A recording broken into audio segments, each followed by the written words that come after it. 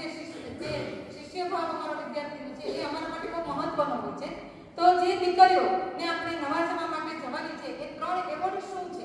તો જે દીકરી 5 સેમેસ્ટર સુધી અમારી કોલેજમાં હવે સેમેસ્ટર સિસ્ટમથી ભણતર 6 મહિને એની પરીક્ષા લેવાની હોય, એ 5 સેમેસ્ટર સુધી એ દીકરીએ ઉચ્ચતમ ગુણાંકન પ્રાપ્ત કર્યા તો એને academic outstanding of the year academic award એ દીકરીને આપવામાં આવે છે.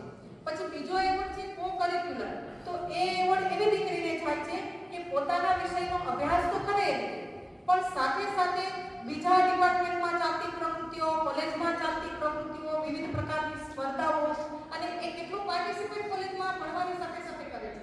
તો એનું અમે લોકોએ એવું નથી, આ કોલેજે જે ડ્યુટીને અનોખી છે.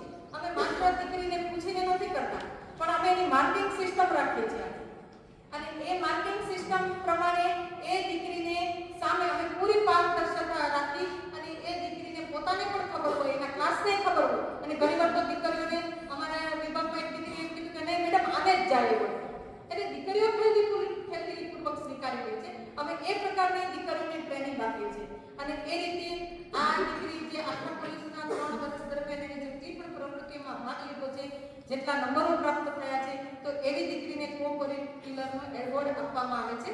અને ત્રીજો છે most regular student of the year. 3 વર્ષ સુધી જે દીકરી નિયમિતપણે કોલેજે સમયસર આવી છે અને સમયસર અભ્યાસ કર્યો છે, સમયસર દરેક પ્રવૃત્તિઓમાં ભાગ લીધો છે અને બધી રીતે અવ્વલ હોય, તો એવો ત્રીજો એવોર્ડ અમે એ દીકરીને આપીએ છીએ. આ એવોર્ડ આપવા પાછળનો અમારો હેતુ એ છે કે દીકરીઓને, બીજી દીકરીઓને પણ પ્રેરણા, એસવાય અને ટીવાય જે દીકરીઓ આવી છે ભણવા માટે અમારી પાસે, એને પ્રેરણા મળે કે જો આપણે પણ આવું કરશું તો આપણા પિતાશ્રી કે આપણી માતાશ્રીના માટે આપણને પણ આવું એવોર્ડ મળશે. આ એક હેલ્ધી કોમ્પિટિશન છે એ રીતે ચાલે. એટલે વિદ્યાર્થીઓને એક સારી કોમ્પિટિશન કરી શકે એ રીતે સમગ્ર કોલેજ પરિવાર પ્રયત્ન કરતો હોય છે. તો હું હવે આપણે આજના સભાના જે પ્રમુખશ્રી છે બાપુ સાહેબ, એમનો પરિચય આપવા માટે હું અમારા વિભાગ અધ્યક્ષ અને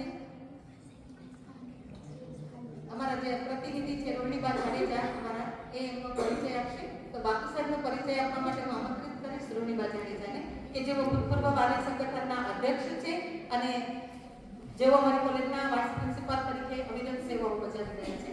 તો હું રોહિણીબાને વિનંતી કરીશ કે બાપુ સાહેબનો પરિચય